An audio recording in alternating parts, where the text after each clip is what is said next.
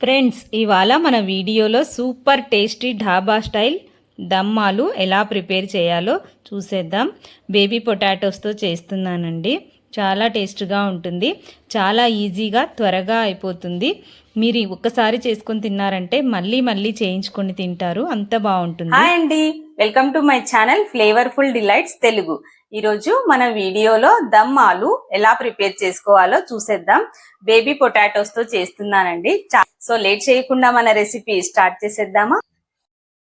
Potatoes తీసుకుని శుభ్రంగా కడిగేసుకుని ఒక విజిల్ పెట్టేశాను కుక్కర్లో. ఒక విజిల్ చాలండి. బాయిల్ అయిపోయిన తర్వాత పైన పీల్ అంతా తీసుకుని ఇలా రెడీగా ఉంచుకున్నాను.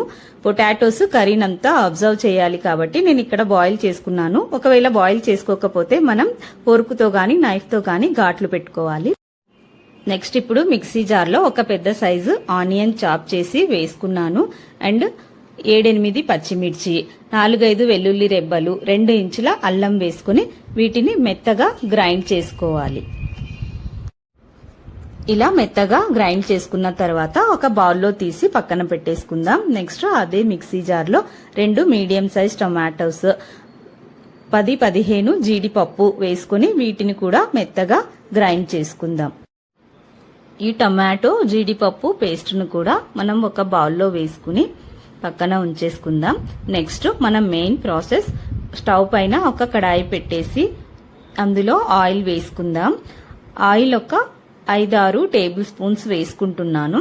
వేసుకున్న తర్వాత ఆయిల్ వేడెక్కిన తర్వాత మనం బాయిల్ చేసి పెట్టుకున్న పొటాటోస్ ఇందులో వేసుకుని మంచి కలర్ వచ్చే వరకు ఫ్రై చేసుకోవాలి.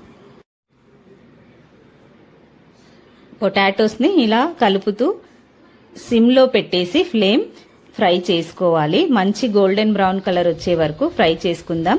ఇలా ఫ్రై చేసుకుని కర్రీ చేసుకుంటే చాలా టేస్టీగా ఉంటాయండి పొటాటోస్ తినేటప్పుడు. చూసారా ఎంత మంచి కలర్ వచ్చేసాయో, మంచిగా ఫ్రై అయిపోయాయి. ఇప్పుడు వీటిని ఈ స్టేజ్లో ఉన్నప్పుడు మనం తీసేసి పక్కన పెట్టేసుకుందాం. సింపుల్గా మన ఇంట్లో ఉన్న ఇంగ్రీడియంట్స్ తోనే చాలా టేస్టీగా ప్రిపేర్ చేసుకోవచ్చండి ఈ కర్రీ. నెక్స్ట్ ఇప్పుడు ఇదే ప్యాన్ లో నేను ఒక బిర్యానీ ఆకు, 1 ఇంచు దాల్చిన చెక్క, 2 యాలకులు, 2 లవంగాలు వేసుకుని కాస్త వేయించుకున్నాను. ఇందులోనే మన ఆనియన్, పచ్చిమిర్చి గ్రైండ్ చేసి పెట్టుకున్నాం కదా, ఆ పేస్ట్ వేసి పచ్చి వాసన పోయే వరకు ఫ్రై చేసుకోవాలి. ఫ్లేమ్ సిమ్ లో ఉంచేసి ఇలా కలుపుతూ అడుగంటకుండా ఆయిల్ పైకి తేలే వరకు కుక్ చేసుకోవాలి.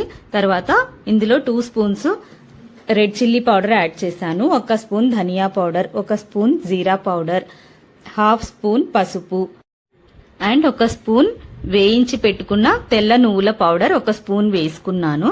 వీటన్నింటినీ మంచిగా మిక్స్ చేసుకుందాం. ఈ మసాలాలన్నింటినీ కాసేపు ఫ్రై చేసుకున్న తర్వాత ఇందులో ఒక 2 టేబుల్ స్పూన్స్ పెరుగు వేసుకుంటున్నాను.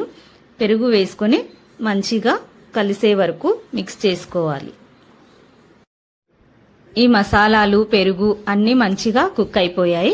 నెక్స్ట్ ఇప్పుడు మనం టమాటో జీడిపప్పు పేస్ట్ యాడ్ చేసుకుని టమాటోలో పచ్చి వాసన పోయేంత వరకు మళ్ళీ ఫ్రై చేసుకోవాలి. లిడ్ పెట్టేసుకుని మధ్య మధ్యలో కలుపుతూ ఫ్రై చేసుకోవాలి.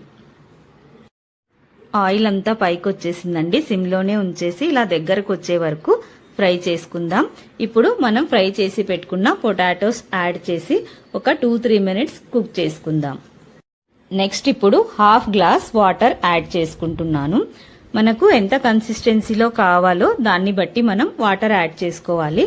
ఇది కర్రీ ఇంకా కాసేపు కుక్ అవ్వాలి కాబట్టి నేను ఇంకాస్త వాటర్ యాడ్ చేస్తున్నాను.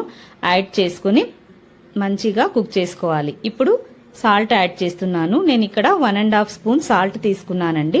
నాకు ఇంత సాల్ట్ కరెక్ట్ గా సరిపోయింది. సాల్ట్ ఫస్ట్ కొంచెం తక్కువే వేసుకుని తర్వాత అయినా మనం టేస్ట్ చూసి మళ్ళీ వేసుకోవచ్చు. కర్రీ అంతా ఒకసారి కలిపేసుకుని లిడ్ పెట్టేసుకుని ఉడికించుకుందాం. పొటాటోకి మసాలాలన్నీ బాగా పట్టే వరకు ఉడికించుకోవాలి. మధ్య మధ్యలో కలుపుతూ ఉండాలి. చూసారా ఆయిల్ అంతా ఎలా పైకి వచ్చేస్తుందో. కర్రీ కూడా దగ్గర పడిందండి. నాకు ఈ కన్సిస్టెన్సీలో సరిపోతుంది. సో నాకు ఇంత కన్సిస్టెన్సీ చాలండి. ఇప్పుడు లాస్ట్ లో కొత్తిమీర వేసుకుని గార్నిష్ చేసుకుందాం. అంతేనండి, మన సూపర్ టేస్టీ దమ్ ఆలు రెడీ అయిపోయింది. ఇప్పుడు ఒక బౌల్లో సర్వ్ చేసుకుందాం. ఈ కర్రీ రోటీస్లో అయినా పరాటాస్లో అయినా రైస్తో దేంతో తిన్నా చాలా టేస్టీగా ఉంటుందండి. అంతేనండి, చూసారుగా ఎంత త్వరగా అయిపోయిందో. చూసారు కదండి, దమ్ ఆలు రెసిపీ చాలా కలర్ఫుల్ గా బ్యూటిఫుల్ గా అమేజింగ్ ఉంది కదూ. చూడ్డానికే కాదండి, తినడానికి కూడా చాలా టేస్ట్ గా ఉంటుంది. మా ఇంట్లో అయితే అందరికీ చాలా బాగా నచ్చింది.